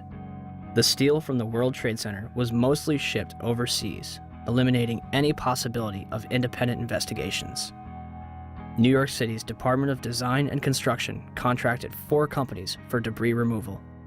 Each was assigned a specific zone and controlled and monitored by a 3-person team. The operation was so controlled that in November, each dump truck used for removal of debris was fitted with a GPS locator. One driver took an extended lunch break and was dismissed from the job. By April 2002, over 185,000 tons of debris had been removed from Ground Zero. FEMA's Building Performance Assessment Team was not even granted access to Ground Zero. They were granted a tour of the site in early October, but were forbidden from collecting samples or examining blueprints. Out of hundreds of thousands of pieces of steel, 150 were preserved at Fresh Kills landfill, from where FEMA conducted its investigation. When the Twin Towers came down, they released over 500 tons of pulverized asbestos into Lower Manhattan, along with lead, barium, mercury, chromium, copper, and several other toxic chemicals. 425,000 cubic yards of concrete is pulverized. 600,000 square feet of glass is turned into dust. During the World Trade Center's construction, spray-on fireproofing comprised of concrete and asbestos was placed on the core columns. When asbestos was outlawed in 1971, they ceased this procedure at the 64th floor of the South Tower. The Port Authority eventually realized that the asbestos presented a problem, and demolition was not an option. In 1989, the Port Authority estimated the removal of asbestos from both the World Trade Center and LaGuardia Airport would have cost up to $1 billion. By 2001, the cost for the World Trade Center buildings alone would have met or exceeded $1 billion. This money would sadly not be needed. Although it was clear that the air was not safe to breathe, the public was urged to return to Lower Manhattan. Wall Street opened back up on September 17th, and children were allowed to go back to school. Firefighters, police, and rescue workers were allowed to toil in lethal conditions using paper masks from Home Depot, while government officials walked around in hazmat suits. My name's John Field. I was hurt at Ground Zero during the cleanup. Wow, I was only there for 5 days before I was horribly injured, and I mean horribly injured. Leading up to that day, every day I was there, I complained that it was an unsafe workplace. Someone's going to get hurt. It just happened to be me. But I let everybody know that someone will get hurt. I was there for 5.5 days. Nobody told me to wear a mask once. Nobody gave a shit when that piece of steel altered my life. But like the thousands that are suffering and sick, I didn't roll over and play dead. And I know human life takes a backseat to the almighty dollar, and that's what makes this country roll and run, is the almighty dollar. But you guys somewhere along the line lost your credibility with me. The Environmental Protection Agency, under direct orders from the White House, told New Yorkers that the air was safe to breathe. The administrator at the time, Christine Whitman, issued an internal memo on September 12th, declaring that all statements to the media should be cleared through the National Security Council before they are released. So what happened? The White House changed EPA press releases to add reassuring statements and delete cautionary ones. September 13th, the EPA draft release, never released to the public, says EPA testing terrorized sites for environmental hazards. The White House changes that to EPA reassures public about environmental hazards. September 16th, the EPA draft says recent samples of dust on Water Street show higher levels of asbestos. The White House version, new samples confirm ambient air quality meets OSHA standards and is not a cause for public concern. And the White House leaves out entirely this warning, that air samples raise concerns for cleanup workers and office workers near Water Street. Why all these changes? We were told that a desire to reopen Wall Street and national security concerns were the reasons for changing the press releases. Christy Todd Whitman should be in jail for manslaughter. Christy, go to jail. Do not piss. Go. Just go to jail. Lock yourself up. When I said that, everybody said, "Don't you think that's a little harsh?" And I said, no. 6 months later, every politician was saying it. Everybody was saying it like it was like saying hi. I pat myself on the back for having the nerve and the audacity to say that. She took orders from Condoleezza Rice, who took orders from the White House. They knew the air was bad. They lied. You should go to jail for manslaughter. For every time somebody dies. James Sedroga, Don Jones, Tim Keller, my close personal friend who I had to go to his funeral, Officer Borgia, and the many more that have died. I take this personally now. I take it real personal. You got an ex-mayor running for president who claims he helped us. Standing on a pile with a bullhorn, Mr. President and Mr. Giuliani, does not constitute helping anybody. At all. The EPA's public release assured people that there was no significant level of asbestos in the air, and that instead of evacuating, they could clean their homes with a wet rag. More people will die post 9/11 from these illnesses than died on the day itself. By 2006, 70% of the 40,000 Ground Zero workers had developed respiratory problems. Hundreds of them had developed cancer, and over 80 had died. To make matters worse, A large majority of the victims from the World Trade Center were denied a decent burial and treated like garbage. A pile of approximately 500,000 tons of ash located at Fresh Kills landfill contains 1,148 victims that have yet to be identified. Mayor Bloomberg has repeatedly denied family members' requests, replying, "I've only visited my father's grave once." On top of all of this, human remains were discovered up to 400 feet away from the South Tower, on the roof of the Deutsche Bank building. 300 bone fragments were discovered between April 7th and 14th, 2006, and more are expected to be found. Is all of the above possible with a gravity-driven global collapse? Were the Twin Towers brought down as a result of the airplanes that struck them and the fires that followed, or were they brought down in a controlled demolition? All right, some new information coming in. Report from Associated Press of a large plane crashing in western Pennsylvania. This is according to officials at the Somerset County Airport. A large plane crashing in western Pennsylvania. We had that plane crash. I'm sorry, go ahead, Skip. Say it again.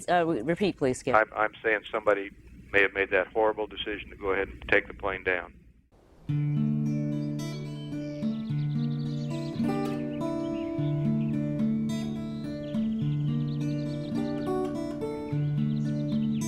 10:03 a.m., Shanksville, Pennsylvania. United Airlines Flight 93 allegedly plows into an abandoned strip mine at 580 miles per hour. 20 minutes flying time from Washington, D.C.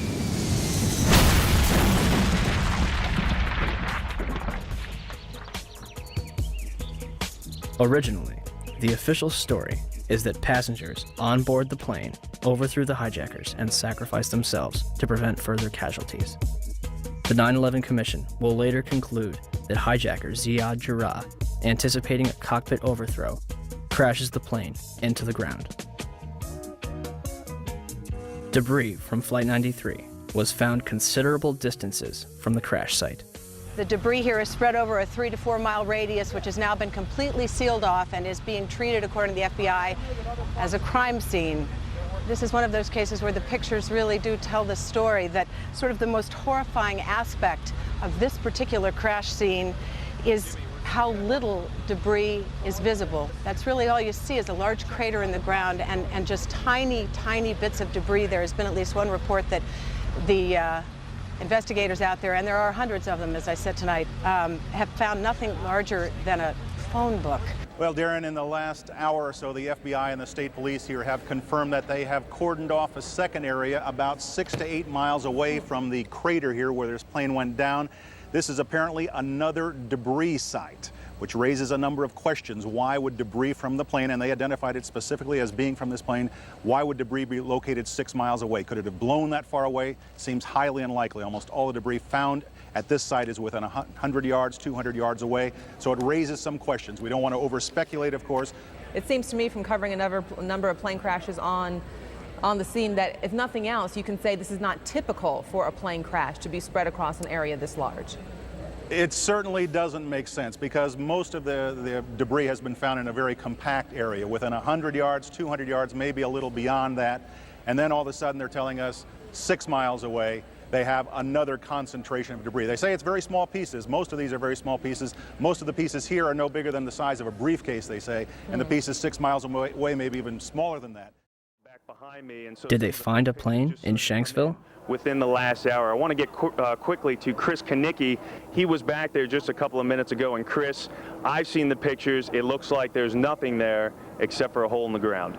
Basically, that's right. The only thing you could see from where we were was a big gouge in the earth and some broken trees.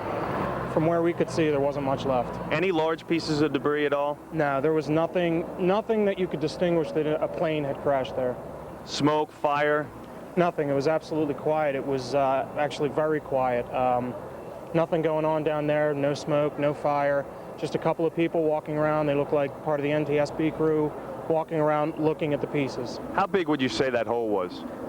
From my estimates, I would guess it was probably about 20 to 15 feet long and probably about 10 feet long or 10 feet wide. What could you see on the ground, if anything, other than dirt and ash? And you couldn't see anything. You could just see dirt, ash, and people walking around, broken trees. From the Somerset County coroner to the mayor of Shanksville, almost every eyewitness would remark how little of the plane and its passengers remained. But when I got there, I wondered to myself, where is it? There was just, the plane was just totally disintegrated. The only thing we didn't see were people. Nothing to indicate that there was even anybody on the plane. I remember asking a state trooper that was there to be sure, is that where the plane went down? It was so hard to tell because there was nothing around. The Pennsylvania state website puts it best. It is difficult to believe that a 757 plunged into the ground with such force that the plane literally disintegrated and created a still, smoldering crater. Is there any historical precedent for a commercial airliner disintegrating upon impact? The emergency services realize their task is hopeless. John Heavey and his team confront the horror of the scene. The twisted wreckage of 191 lies scattered for hundreds of meters. Debris has smashed into the trailer park, destroying 5 homes. In 1988, Pan Am 103 exploded in mid-air over the town of Lockerbie in Scotland, killing 270 people. Terrorists checked a bag containing a bomb into the hold, but didn't board the plane. The sea below them is on fire.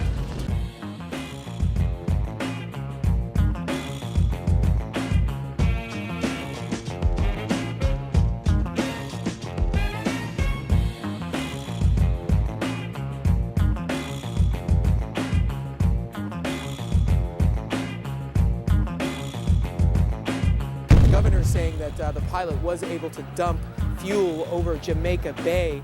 It immediately veered over to the right, and it came nose down, only a block away from where I was working. And the room just exploded. My daughter got blown through the patio doors.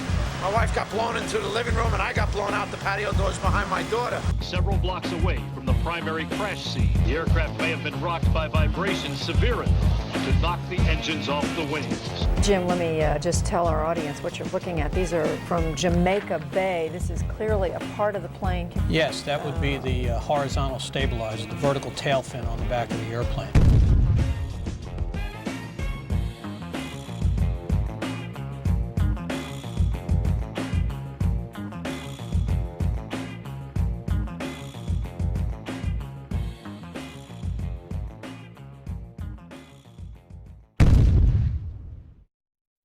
In 2006, during the trial of Zacharias Moussaoui, the FBI managed to provide a multitude of evidence that appears to have survived a catastrophic crash in near pristine condition.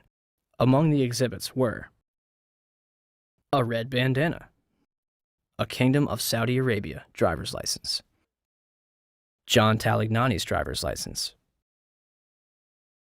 and flight attendant Cece Lyle's personal effects, including her driver's license and Marriott hotel card.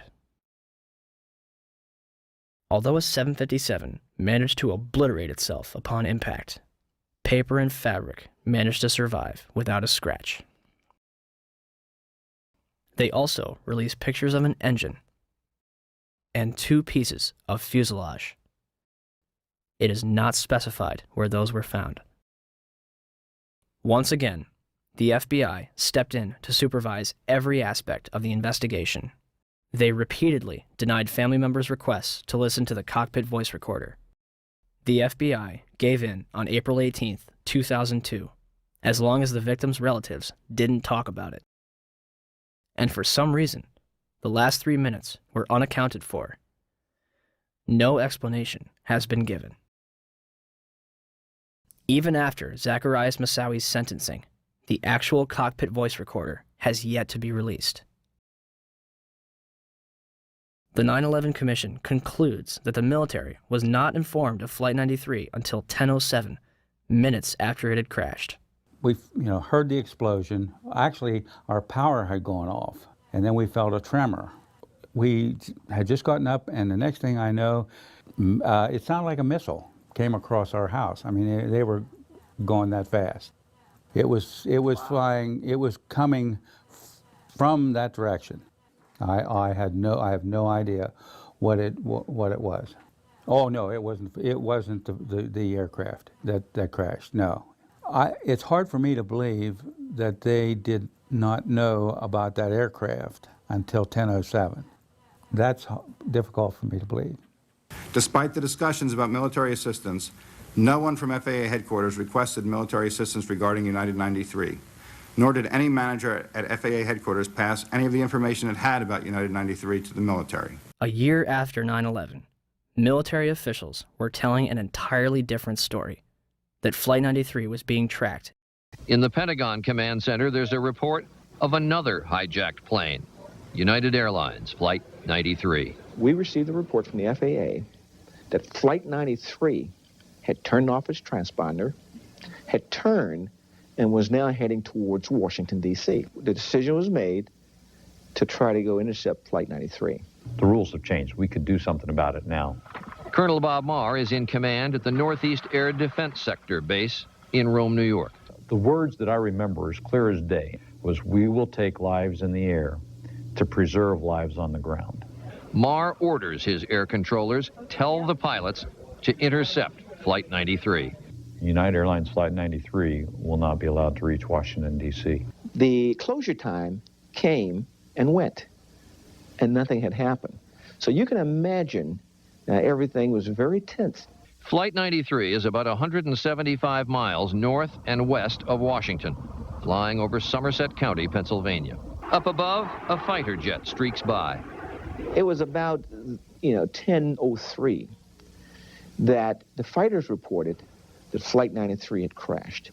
Eventually, of course, we never fired on any aircraft. When you heard the plane was down without a shot being fired at it, do you remember what you said? We just witnessed an act of heroism. Was Flight 93 downed by hijackers in an open field in Shanksville, Pennsylvania? Or is the truth being withheld from the public?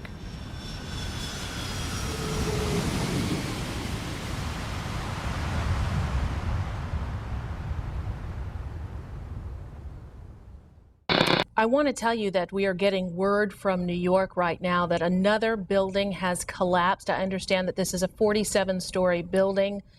It's Building 7 of the World Trade Center, we understand, has collapsed in New York, and there you saw a video of it. Now, whether we don't even know whether this was something that was engineered for safety reasons or it just happened. For the third time today, it's reminiscent of those pictures we've all seen too much on television before, when a building was deliberately destroyed by well-placed dynamite to knock it down.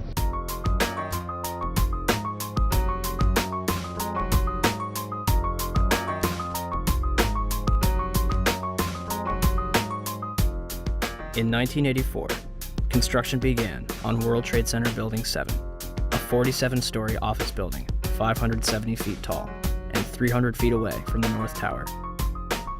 It opened to the public in 1987 and housed offices for Department of Defense, Securities and Exchange Commission, and the Internal Revenue Service. Building 7 was considered the Central Intelligence Agency's largest station outside of Washington, D.C., and was also the Secret Service's biggest field office. Numerous cases would be closed due to its destruction. On June 8, 1999, Mayor Rudolph Giuliani's Office of Emergency Management Command Center on the 23rd floor is opened.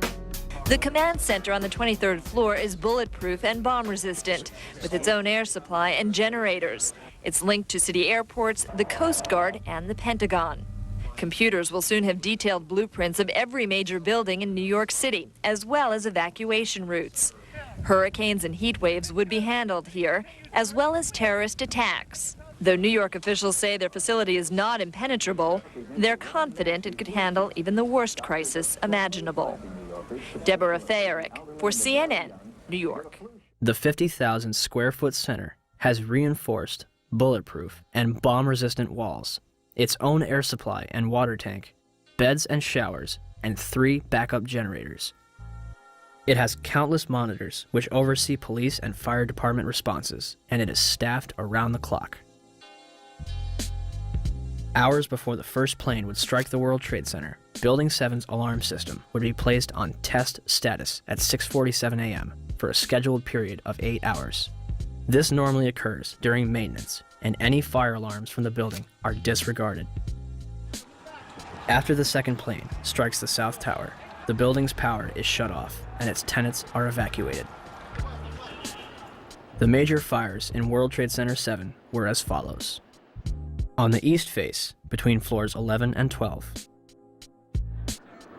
On the north face, on floors 7 and 12.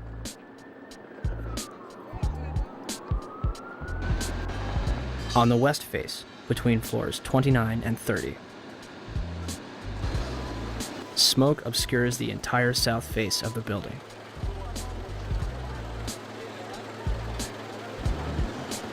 By 3 p.m., Chief Daniel Nigro of the FDNY had set up a collapse zone around Building 7. After 4 p.m., news outlets began reporting that the building had collapsed. We are getting information now that one of the other buildings, Building 7, in the World Trade Center complex is on fire and has either collapsed or is collapsing. We've got some news just coming in, actually, that the Salomon Brothers building in New York, right in the heart of Manhattan, has also collapsed. Now, more on the latest building collapse in New York. You might have heard a few moments ago I was talking about the Salomon Brothers building collapsing, and indeed it has. Apparently that's only a few hundred yards away from where the World Trade Center towers were. And it seems that this was not a result of a new attack. It was because the building had been weakened during this morning's attacks. We'll probably find out more now about that from our correspondent, Jane Stanley. Presumably there were very few people in the Salomon building when it collapsed. I mean, there were, I suppose, fears of possible further collapses around the area. That's what you would hope, because this whole downtown area behind me has been completely sealed off and evacuated, apart from the emergency workers. That was done by the mayor, Rudy Giuliani. Jane, I think many of us, when we heard the news, perhaps on the radio earlier today, were completely flabbergasted by it and just couldn't comprehend it. I mean, it almost sounded too far-fetched. I was wondering what it's felt like for you being in Manhattan. Well, unfortunately, I think we've lost the line with Jane Stanley in Manhattan. Perhaps we can rejoin her and follow that up later. Where did CNN and BBC get their information, especially considering the building was still standing directly behind their reporters? The collapse of the building at 5:20 p.m. would cause speculation as to how it fell. The collapse of the main structure takes place in approximately 6.5 seconds, and the building falls symmetrically into its own footprint, barely damaging the surrounding structures. It will create a pyroclastic cloud that mushrooms down surrounding streets. Initially, it is assumed that the building's diesel tank may have been responsible for the collapse. The Federal Emergency Management Agency's report in 2002 will state that the specifics of the fires in WTC 7 and how they caused the building to collapse remain unknown at this time. FEMA does analyze the collapse of Building 7, but then they say our best hypothesis has only a low probability of occurrence. This needs further investigation, and I certainly agree with them on that. Then NIST is handed the ball. It's kind of a hot potato. Okay, NIST, you explain the collapse of World Trade Center 7, this rapid, straight-down collapse of this 47-story skyscraper. Sadly, by this time, virtually all structural steel from Ground Zero had been recycled, and no steel was recovered from Building 7 for investigation. As of this date, NIST is still working on their final report. NIST decoupled the study of the collapse of Building 7 from the analysis of the collapse of the towers. So now it's sitting over here. The report on the collapse of Building 7 from NIST is long overdue. We're still waiting for it, hoping they have an explanation. We are looking at it. There's actually a very good write-up recently from Controlled Demolition Experts, which you probably ought to read. We haven't finished the investigation yet, so I'm not at liberty to talk about any intermediate findings. The collapse is assumed to be caused by a combination of fire and structural damage. Did any other surrounding buildings suffer a complete collapse at near freefall speed? Building 3, a 22-story building directly below the Twin Towers, was split in half by the South Tower's collapse. Although the building was severely crushed by falling debris, the structure remained standing. Building 4, a 9-story building east of the South Tower, was almost completely destroyed. The remaining structure did not collapse. Building 5, a 9-story building east of the North Tower, suffered from severe fires and structural damage. Building 6, an 8-story building between the North Tower and Building 7, suffered a giant gouge in its roof and severe fires. Neither Building 5 or 6 suffered global collapse. Neither did the Deutsche Bank building, which stands to this day and is currently being demolished beam by beam. Neither did the Millennium Hotel across the street. Building 7 burns over a number of floors and suffers structural damage to its south face before collapsing completely to the ground. Did anything occur inside the building that might cause a collapse? We started walking down the stairs. We made it to the 8th floor. Big explosion. Flew us back into the 8th floor. And I turned to Hesh. I said, this is it. We're dead. We're not going to make it out of here. And we have Frank Ucioto back on the phone with us, Brenda, with some New York City officials. Frank, go ahead. That's right. I'm standing here right now just off Broadway by City Hall with Michael Hess, who is the city's corporation counsel. Mr. Hess, you were trapped in, I believe, 7 World Trade Center. Go ahead, sir. Yes, I was. I was up in the Emergency Management Center on the 23rd floor, and when all the power went out in the building, another gentleman and I walked down to the 8th floor where there was an explosion, and we've been trapped on the 8th floor with smoke, thick smoke all around us for about an hour and a half. But the New York Fire Department, as terrific as they are, just came and got us out. Their experience is mentioned by NIST's interim report on Building 7. However, the authors claim it is the collapse of the North Tower. The glass on the ground floor was not even blown out. Would debris and smoke rushing up the stairway be described as an explosion? So, we have a 47-story steel-framed skyscraper, which housed various government agencies and numerous important documents, damaged less than the other World Trade Center buildings. At 5:20 p.m., all structural elements inside Building 7 simultaneously fail, and it collapses symmetrically, imploding into a pile of rubble. This building had 81 columns, 24 core and 57 perimeter, running from the basement to the roof. For the building to have collapsed the way it did, all 81 of these columns had to collapse simultaneously. Could fires on a few floors have heated up all these columns to the breaking point at the same time? Let's ask the 9/11 Commission. Governor Keane, may I ask another question, please?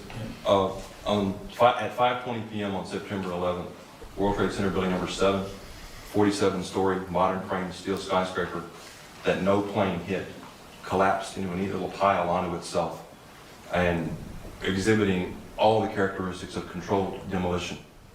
FEMA, in their investigation, didn't say that. They said that fire must have knocked it down, but they couldn't figure out how. Video evidence shows what appears to be explosive squids going up the side of the building from south to north or from bottom to top as the building collapsed. There was molten metal found in the basement of that building at temperatures that exceeded anything normal fire could cause.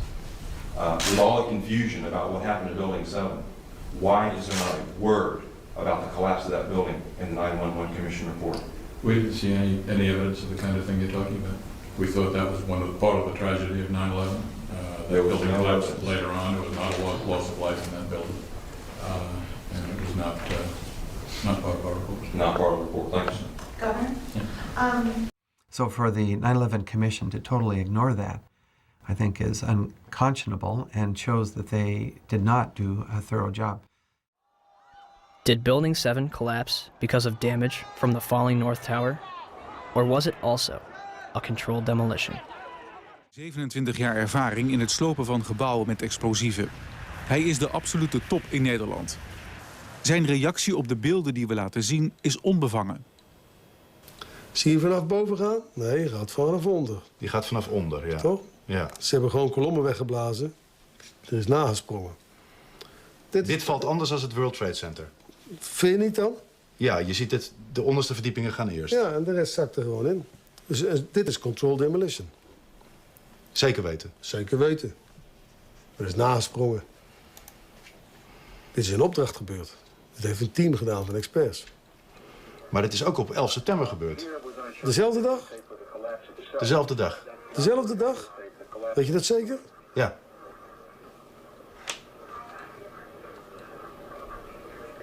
Was het zeker weten de 11e? Dat kan geen waar zijn.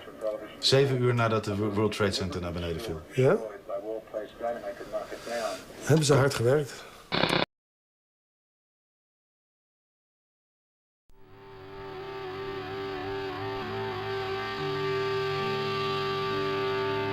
In the aftermath of 9/11, citizens and politicians alike would demand that steps be taken to ensure such attacks never happen again. In late January 2002, Senate Majority Leader Tom Daschle receives calls from both President Bush and Vice President Dick Cheney, urging him to limit the investigation to the House and Senate committees. The administration would continue to oppose the investigation until November 2002, when Congress creates the National Commission on Terrorist Attacks upon the United States to make a full and complete accounting of the circumstances surrounding the attacks. Democratic leaders concede several aspects after the White House threatens to create the commission by executive order, giving themselves considerable control. President Bush officially signs it into law November 27, 2002, and names Henry Kissinger as chairman of the 9/11 Commission. The Chicago Tribune puts it best. Kissinger is known more for keeping secrets from the American public than telling the truth. On December 13, 2002, Kissinger resigns from the 9/11 Commission, due mostly to a congressional demand that he disclose his private business clients. It would later be revealed that Kissinger was the chief advisor to the Bush administration regarding the Iraq War, a lie which has now cost more American lives than 9/11 itself. Thomas Kean and Lee Hamilton are named as chairman and vice chairman of the 9/11 Commission. By December 16, 2002, the 10 initial members of the 9/11 Commission have been appointed.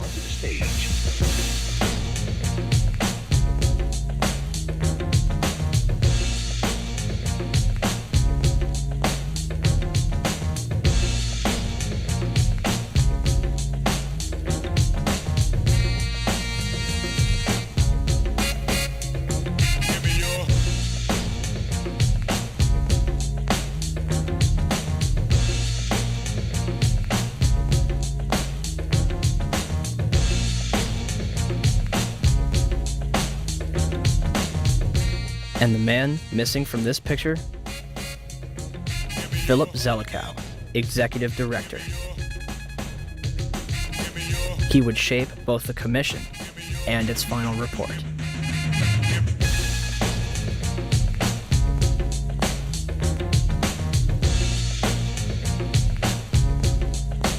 The 9/11 Commission begins its investigation with a time frame of 18 months and a starting budget of $3 million.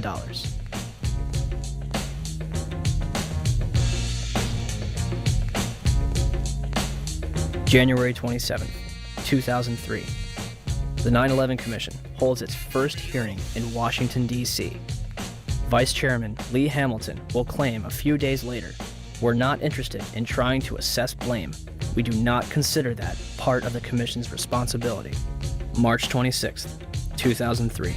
The Bush administration denies the Commission's request for an additional $11 million in funding. 3 days later, the Commission is offered $9 million, and they accept. In April 2004, President Bush agrees to testify before the 9/11 Commission, but only if Vice President Dick Cheney joins in. Why did they insist on appearing together? The 9/11 Commission wants to ask us questions. That's why we're meeting, and I look forward to meeting with them and answering their questions. I was asking why you're appearing together rather than separately, which was their request. Because it's a good chance for both of us to answer questions that the 9/11 Commission is looking forward to asking us, and I'm looking forward to answering them. On April 29, 2004, behind closed doors, President Bush and Vice President Dick Cheney appear together before the 9/11 Commission for approximately 3 hours. They are not placed under oath, their testimony is not recorded, and the Commission's notes are subject to White House censorship. Mr. President, as you know, a lot of critics suggested that you wanted to appear jointly with the Vice President so that you two could keep your story straight or something. Yeah. Could you tell us what you think of the value of appearing together and how you would answer those critics? Yeah, first of all, look, I mean, if we had something to hide, we wouldn't have met with him in the first place. I came away good about the session. I think they found it to be useful. Yeah, Adam. Mr. President, Yes. don't you think that the families deserve to have a transcript or to be able to see what Adam, you you said? asked me that question yesterday. For an I answer got the today. same answer, yeah. May 19th, 2004, Rudolph Giuliani testifies before the 9/11 Commission. We will now hear from our first witness, the very distinguished former mayor of New York City, Rudy Giuliani. Mayor Giuliani, would you please rise and raise your right hand so I can place you under oath? And the fact that so many of them interpreted it that way kept a much calmer situation and a much better evacuation. These people, I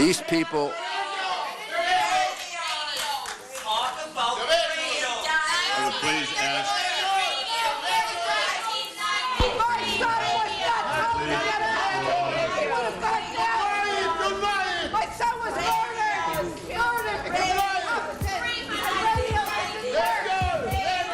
We're simply wasting time at this point, which should be used for questions. Please. Thomas Kane and Lee Hamilton will later claim in their book, Without Precedent, that they were too soft on Mayor Giuliani. One of the questions they failed to ask was who warned him that the South Tower was going to collapse. Mr. Mayor, can you hear me? I can, Peter. Are you talking about did you go immediately to the Office of Emergency Management? I went down to the scene and we set up headquarters at 75 Barclay Street, which was right there with the police commissioner, the fire commissioner, and we were operating out of there when we were told that the World Trade Center was going to collapse. And it did collapse before we could actually get out of the building. Who didn't warn everyone in the building? I admire that greatly, and I think that may very well be one of the reasons for your leadership and your cooperation with this commission. God bless.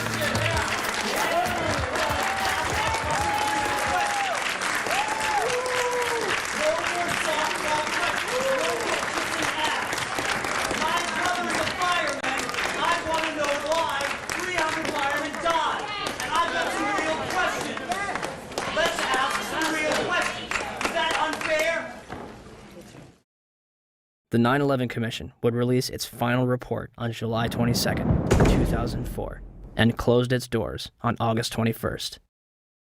So the 9/11 Commission was a cover-up. The question is what it was covering up. The charitable explanation is gross negligence, malfeasance, misfeasance, and what you call it, okay? If you can't read all 571 pages of the report, in August 2006, the 9/11 Report comic book was released. It should tell you all you need to know.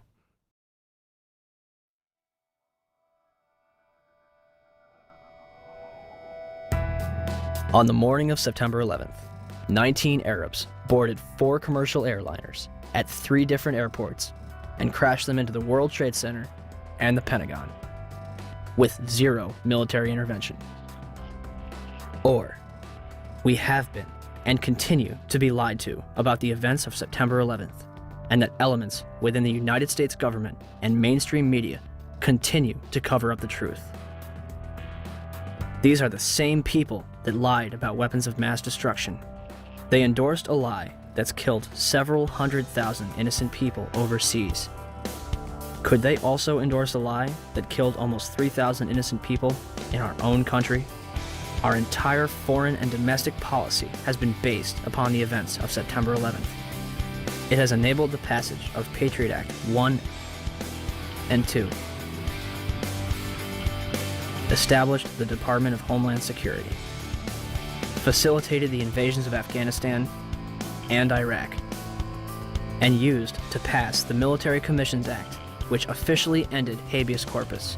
Habeas corpus in Latin means you have the body. It's a provision in the law where no one can just scoop up someone, put them in a black hole, and keep them there without that person having the right to appeal to a court and say, you have the body, now what do you charge this person with, and what redress does he or she have? As well as domestic surveillance, all in the name of fighting terrorism. And who ends up paying for all this? You do. Your children do. When President Bush entered office, he inherited a $284 billion surplus. His administration is now responsible for 4 out of the top 5 deficits in history. The 5th place belongs to his father. As of November 2nd, 2005, the Bush administration had borrowed more from foreign nations than all previous administrations combined. From 1776 to 2000, 42 presidents borrowed a total of $1.01 trillion from foreign governments and institutions. From 2001 to 2005, the Bush administration alone borrowed $1.05 trillion. Where does this money go? The government designed by the people, for the people, has turned its back on us. Or have we turned our backs on it? They spy on us. They torture and imprison innocent civilians. Ask yourself, what's happening? Where are we headed? And would we be here today without 9/11? Will somebody please tell us who's in charge? We need order. We can't stand this new world slaughter. It reeks of oil seats and bloody handshakes, U.S. interests and war profiteers. Our life is here in the belly of the beast, where thieves kill the innocent and pray for peace. Slaughter for the chief commander. So we're at the White House steps, demanding answers, but they don't got none. We've got few choices: protest or pick up shotguns. We're so stressed, we know the watcher might arrest us, though with the key for talking. And we ain't made no death threats. Feds upset, so our phones infested. Think John Lennon resurrected, speaking truth to power till we have no breath left. We say no more, we're gonna fight back. We want the truth out, we want our rights back. Loose change, change is loose, no stopping now. Change is loose, no stopping now. We say no more, we're gonna fight back. We want the truth out, we want our rights back. Loose change, change is loose, no stopping now. Change is loose, no stopping now. We keep our mouths and minds open, hoping we can change the world. Media blackout, still we don't act out. We've been civilized despite the killing. You call yourselves patriots, label us villains. My comrades and nomads get up born free, think it's rich kids, poor kids, lawyers and teachers. Dads, moms, past war veterans, peddling the truth. We ain't settling, the proof is clear as Watergate. You got a lot of hate trying to charm us with a plot of hate. What are you, an asshole? Your war's illegal, your cause is evil, you're born people. As written up for the sequel, you're a sicko psycho. We've seen the proof. You can't intimidate the world from delivering truth. We're bigger than you. 40 million plus. Your guns ain't big enough to make us hush. We say no more. We're gonna fight back. We want the truth out. We want our rights back. Loose change. Change is loose, no stopping now. Change is loose, no stopping now. We say no more. We're gonna fight back. We want the truth out. We want our rights back. Loose change. Change is loose, no stopping now. Change is loose, no stopping now. We do this for the lives lost, devoured by evil, for the sake of the memory of innocent people, engulfed by the gluttony of hooligans who leave the world in ruins. Men here to do us in, but there's just a few of them and more of us. We warriors on the quest for justice. We crush the lies, trust only the facts. Just open your eyes. Who really attacked my feelings exactly? Facts be lacking on the hijacking, tinkering eyes, war games, facilitated plane crashes. And they wonder why we keep asking questions. Am I lesson, lady liberty, like it's a profession? So here we are, the infantry. We the people simply need to start a revolution of our minds, and eventually the crime of the century will finally be solved. Until then, we stand tall and say no more. We're gonna fight back. We want the truth out. We want our rights back. Loose change. Change is loose, no stopping now. Change is loose, no stopping now. We say no more. We're gonna fight back. We want the truth out. We want our rights back. Loose change. Change is loose, no stopping now. Change is loose, no stopping now. Remember this. Your gun